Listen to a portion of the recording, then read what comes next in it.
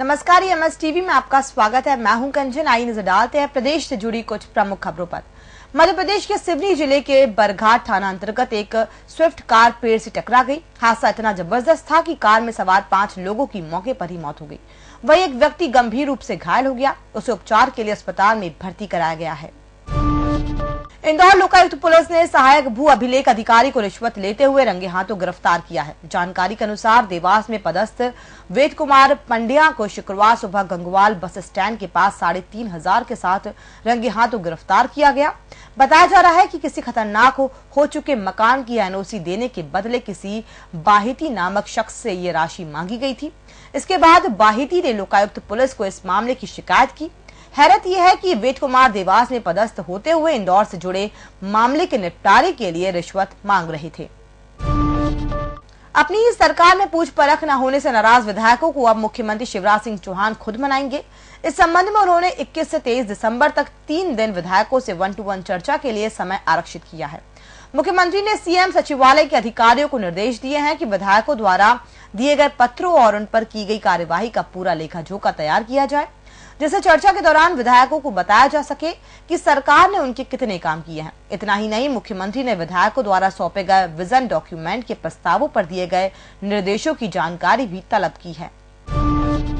मुख्यमंत्री शिवराज सिंह चौहान ने देश के सबसे बड़े औद्योगिक घराने रिलायंस समूह के जमीन आवंटन और रियायत संबंधी फाइल अटकने पर नाराजगी जाहिर की है। उन्होंने बुधवार को विधानसभा परिसर में उद्योग विभाग के आला अफसरों को तलब कर इस पूरे मामले में जानकारी ली।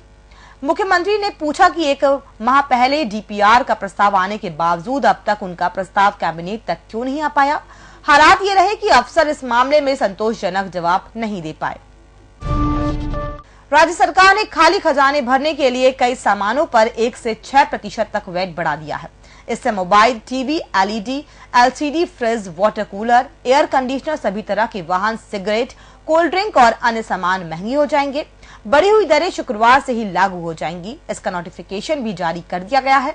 वाणिज्यिक कर विभाग को उम्मीद है कि इससे राज्य सरकार को लगभग 400 करोड़ रुपए सालाना अतिरिक्त आय होगी।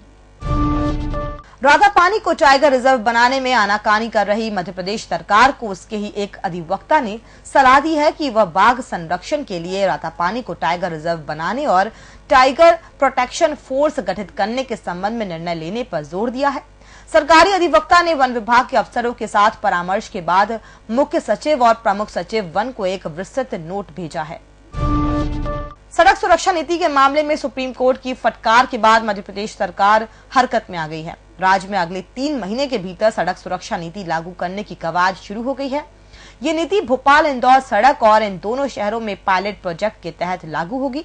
इन दोनों शहरों में स्मार्ट ट्रैफिक सिस्टम लागू किया जाएगा।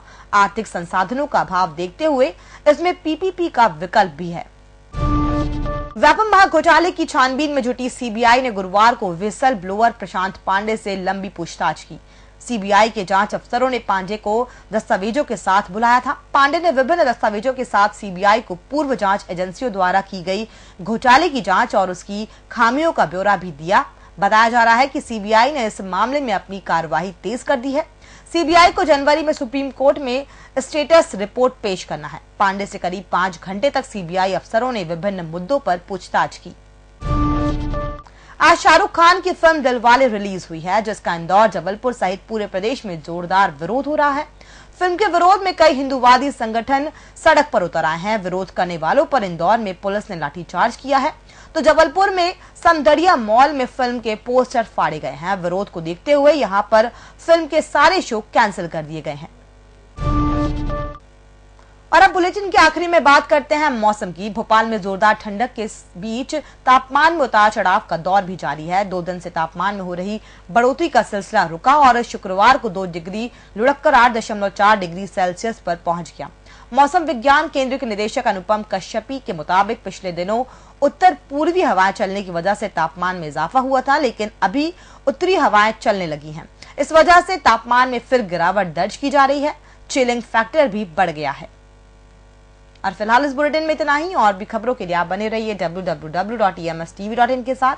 और इसी के साथ ही आप अपने स्मार्टफोन पर गूगल प्ले में जाकर EMS TV की ऐप भी डाउनलोड कर सकते हैं। नमस्कार।